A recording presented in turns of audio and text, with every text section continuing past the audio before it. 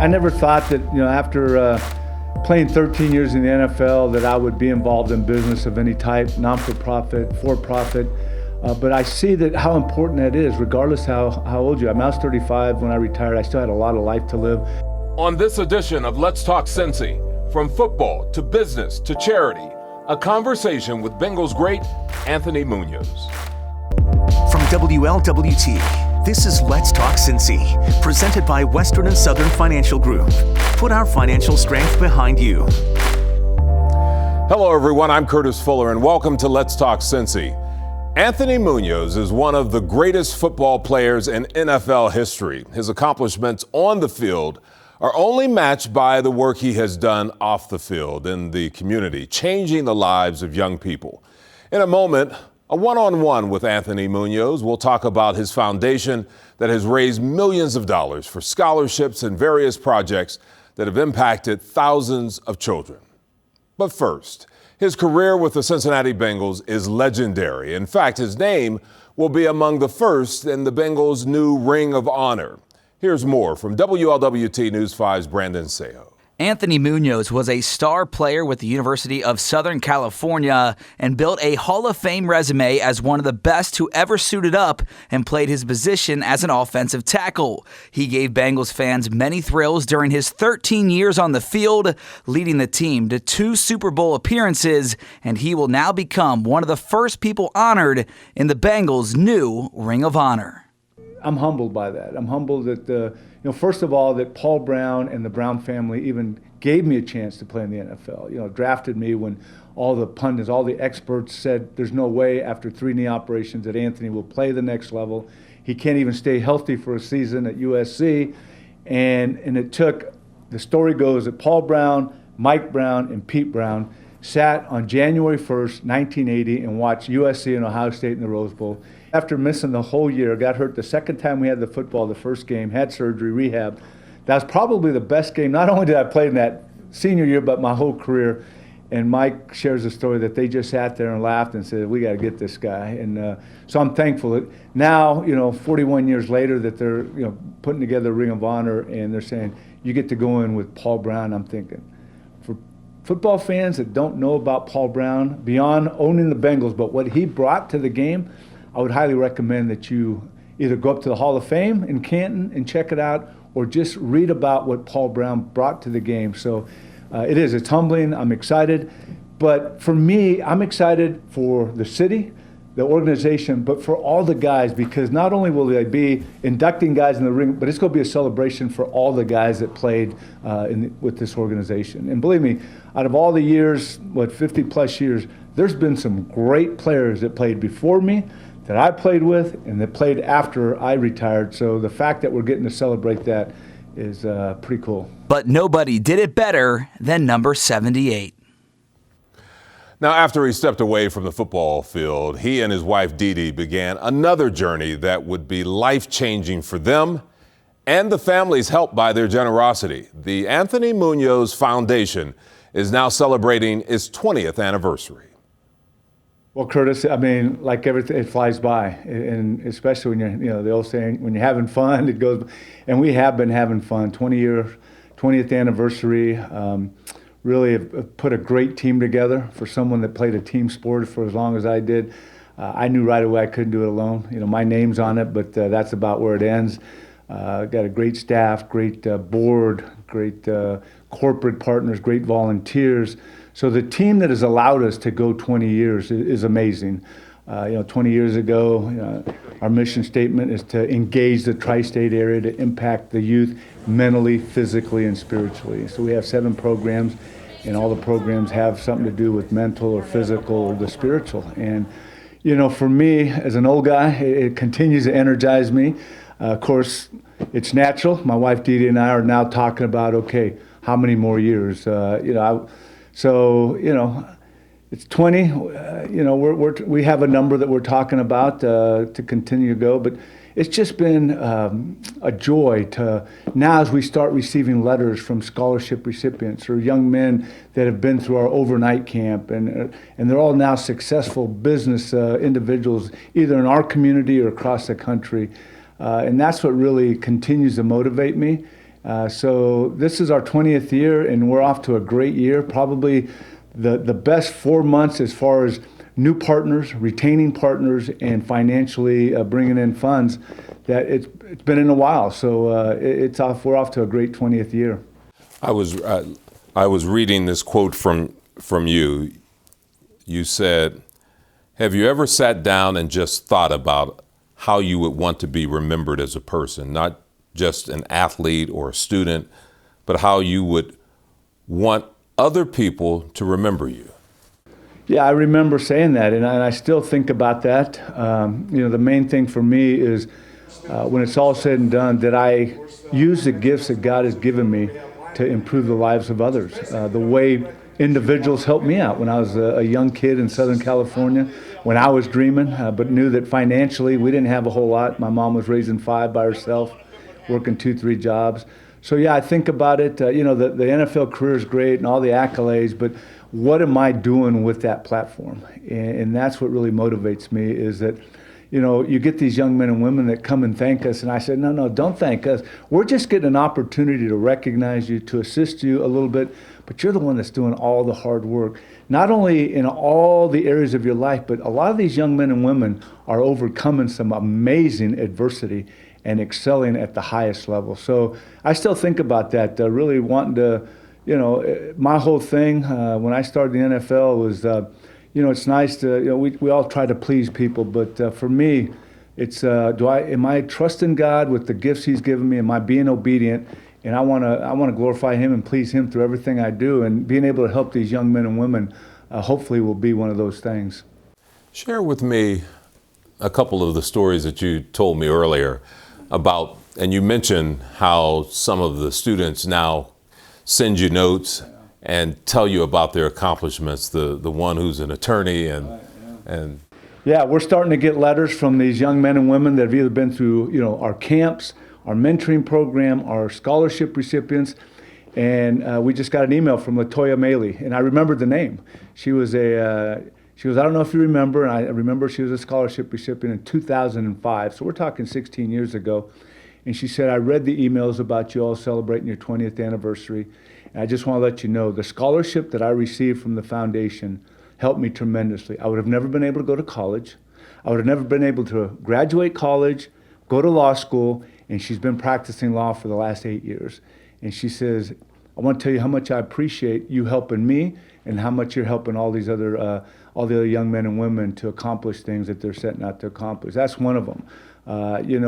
There's story after story. We have a young man that's from Northern Kentucky, and we could tell rough upbringing. And a lot of times, Curtis, we're getting first-time college goers. I believe this guy was a first-time graduating high school in his family, first high school graduate.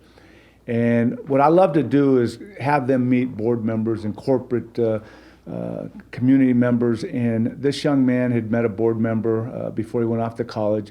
And I think it was his junior year, my buddy Mike got a call, or we called him and said, Justin's getting ready to drop out of college. He has $350 of fees that he can't afford. So our board member said, hey, let me take care of this, Justin. You got to finish school. And we just got a nice little check from Justin, a donation to the foundation. And he said, things are going pretty well. I'll probably send some more. He said, again, it's his decision. But he's got, I think, 2 or 3 social media platforms that he's just killing it in. And he just bought a house. And here's a young man that was ready to drop out of college. You heard Anthony talk about the young man, Justin. Well, up next, you'll hear from Justin and some of the other people impacted by the foundation, and more of my one-on-one conversation with the Hall of Famer when Let's Talk Cincy continues.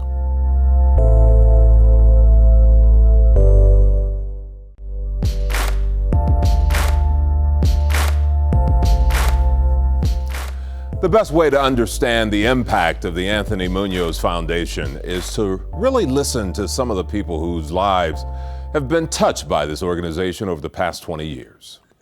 It's really, when they say impact for eternity, like I know that's like their slogan, it really is that way. Like I have thought about, it's been since 2009, so over 10 years now.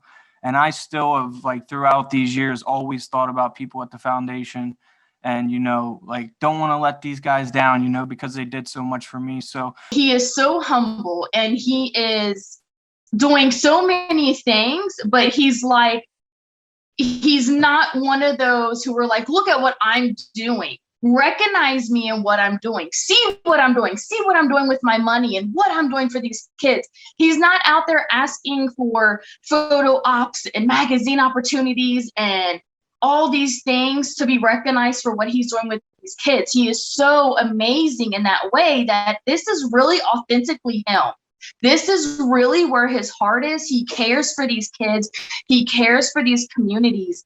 Didn't have a ton of role models, and Anthony, meeting him, and even throughout the years since then, has kind of served as a role model of how to serve others and just ways to act and just how to pursue life in a relentlessly loving way. And so, yeah, if I would say my current role models or talk about them, Anthony would continue to be one, and he developed as one during that time. We have another young lady from Hamilton, and when we interviewed her, it's almost like we have these list of questions, and when we leave the interview, we're like, okay, who gave these young men and women the questions? They're answering them too well. But this young lady, probably 4'6", 4'7", just a small stature, Hispanic from Hamilton, she said, my goal is to go to college. I want to graduate pre-med. I want to go to medical school, and I want to come back to my community and have an impact. And we're like, whoa. I look back, that probably 8-9 years ago, and all she's done is graduated from NKU with the 4.0, pre-med. She was one of our mentors in our mentoring program, and who knows how many other extracurricular activities she was doing in college. She got accepted from 4 major medical schools, a couple Michigan, Harvard, and I think last year she just graduated from Harvard Medical School. So she's not far from being that doctor in probably wherever she goes, she's going to have an impact. So those are just a couple that we've been able to be a small part of their success. One of the things that I love to talk about is we've raised a lot of money in the 20 years. It's got to be at least $15 million. And year after year with our audit, and we know, and I know with my name on it, it's going to be public knowledge. I mean, you do your tax returns, you do your audits, and you can go online and you can see it. And for several years now, we've been 89 to 91% of the dollar going to the kids. So I tell people we're going to raise money, but we're going to give as much as we can.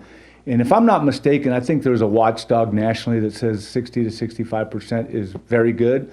And I'm thinking, for myself, if I made my blocks during a game and during the season only 60, 65% of the time, I wasn't going to play very long in the NFL. I wanted to be 90 and above all the time. And so I still kind of use sports analogies, and I continue to do that. But yeah, we've been quite a bit of the dollar per kids, and so it's been I'd say it's probably an upward of 50,000 kids that we've been able to work with in the 20 years. A lot of times, I'm 62 years old now. We're working with kids that are in elementary and middle school, have no clue of what I did in this city. But when I get in front of them and I can share that mom raised us, by herself, working 2-3 jobs, never knew my dad. He was in and out of prison, never met him once. And all of a sudden, the 13-year Hall of Fame career goes to, man, I think he might understand what some of the stuff we're going through because he's been through that. Interesting conversation with Anthony MUNOZ. Up next, we're going to shift gears a bit, and he talks about how he's using his voice and influence in the battle against COVID-19 when Let's Talk Cincy continues.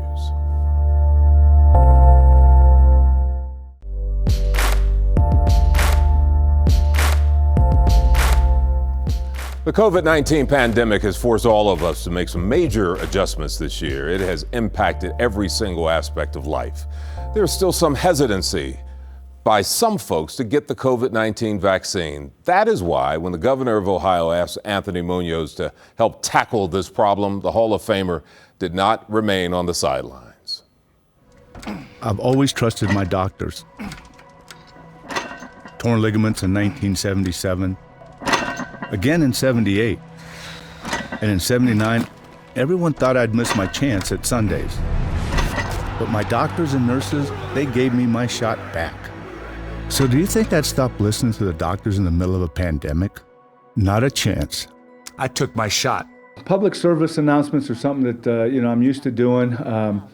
again, on the medical side, never really done anything, and I don't claim to be a doctor, but long-term relationship with the governor, Governor DeWine, and I've done a couple ads for him, and so they approached me through a close friend of his, close friend of mine, if I'd be interested in doing a spot, PSA, and a lot of it, Curtis, and I'm sure you're aware of it, being men of color, I'm Hispanic, is the hesitancy of the minority community to get so I said, I'd love to do it. So, the whole theme of the message was not, okay, here, you got to do this, you got to do this, this is what I know. It was like, if you saw the ad, or if anybody saw it, it was like, okay, I went through 3 knee operations in college. I had to listen to my doctors, my trainers, my physical therapists, and when people said I wasn't going to get a shot in the NFL, that support group, that medical community allowed me to get that shot in the NFL. And I said, do you think now during the pandemic I'm not going to listen to those that are educated and know about it? So that was the gist of the message. But I wanted to, again, not being a doctor and not being an expert in that field, I just want to say, here's why I did it. As a husband, as a father, as a grandfather, as a community member, I felt it necessary for me to get the vaccine, and so that's why I did it. I wanted to hopefully take some of the fear people have about getting the vaccine and say, well, there's been research. Millions and millions and millions of people have taken it. So, but that's why I did it, and I just wanted to be kind of another voice in the community. You lose friends, and you hear about friends that maybe not have been that close. But so our last Hall of Fame induction was 2019. So we're talking year and a half. We'll be going on 2 years, and we're hopefully having it this August. But in that time, we've lost, I think, 20 Hall of Famers. I think 4 of them were to COVID-19. Close friends. Guys that, once you become a Hall of Famer, you become really a family, and it's your brother. And so there's some that we're very, very close to. Guys that I competed against that tried to take my head off, but once we retire, we're hugging each other and becoming close friends. So yeah, and then you hear stories of people that have gone through it and recovered, and very thankful for that, but lost some close friends to it. How have you survived during the pandemic? The foundation, a lot of nonprofits were concerned during this, but many have thrived during. So how? I have to say, for this old guy, I've learned a lot of new tricks. I learned, what Zoom's all about, at virtual events, and which has been great for me. You learn how to reinvent yourself. You learn how to, for a former offensive player, if we called the play in the huddle, line of scrimmage, different defense, you audibilize. And that's what I tell people. We had to audibilize last year and do some things differently, which for the most part, we might have 1,300 students at an event. Well, with the virtual component, we might reach 2,500, 3,000. We had entire schools using the assets instead of just maybe 20 or 30 students from their school. Had a school in California, had middle school using our assets instead of high school. Interviewing our scholarship recipients on Zoom, which still, as polished as these young men and women are at 17, 18, when you get them in a conference room with staff, myself, board members, I'd have to say, at least for me, it would have been a little intimidating at that age. Now you get them on Zoom, and their personality just like, you can see who they are. And so that was a fun thing. But we've learned a lot from the pandemic that we're going to continue to use. But I'd say for the most part, some of the events we did were on smaller scale.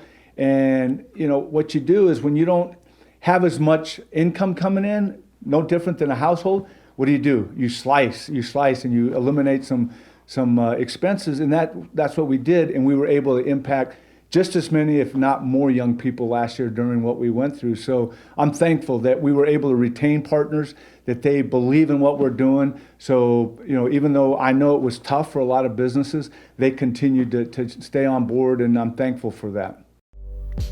And up next, the Hall of Famers' testimony of faith when Let's Talk Cincinnati continues.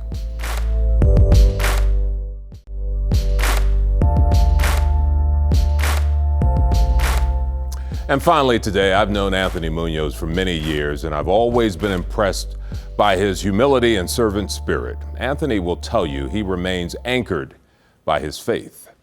I don't apologize for it. It's something that's real to me. A couple things in my upbringing, we talked about it.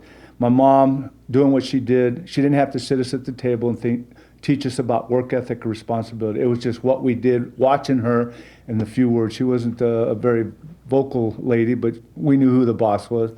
Then I have two older brothers. One's 2 years older and one's 8 years older than me. The one 8 years older than me, when I started playing baseball at 6, 7 years old, which was young, that was my first love.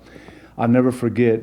Work ethic, responsibility from my mom, humility from my brother, because one of the first things, and back then he could look down at me because he was much taller than me until I became a freshman in high school. He said, Anthony, don't ever talk about how good you are. He says, if you're good enough, people will talk about you. Just bust your tail in whatever you do. And that was, 60, almost 60 years ago. It's like I heard it yesterday. And then, of course, the foundation, is my faith in Jesus, which is 43 years on the journey. And humility, obedience, and just, again, I talked about gratefulness, appreciating where I was going and where he brought me. And the last 41 years here, the last 2 years in college, have been just an amazing journey. Perfect, no. Without adversity, no. But knowing where to gain that strength. And so that's why I do what I do, is because I realized for this young man growing up in Ontario to get the opportunities and to have the experiences that I've had in my lifetime, I know where they all come from. And that's why, like I said, I'm not apologetic, and that's who I am. That's a prayer of mine that if I meet somebody and I don't get a chance to talk faith with them, that they can see that God's Spirit is there with us, and they'll say, there's just something different about him. And it's not me, it's the Holy Spirit in me. So yeah, it's exciting for me. It's been a great journey, and my prayer now, hopefully I'm not on the 18th hole putting out, hopefully I'm on like 14 or 15, but Didi and I constantly are praying that we finish strong. We want to finish strong as a couple, as individuals, and that's our goal. And part of it is the foundation and doing what we do in the community. Well, my thanks to number 78.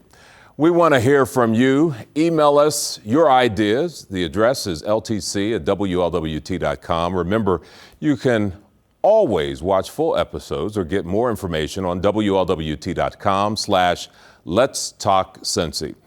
You can also listen to Let's Talk on Apple Podcasts, Spotify, or wherever you get your podcasts. Again, my thanks to the great Anthony MUNOZ.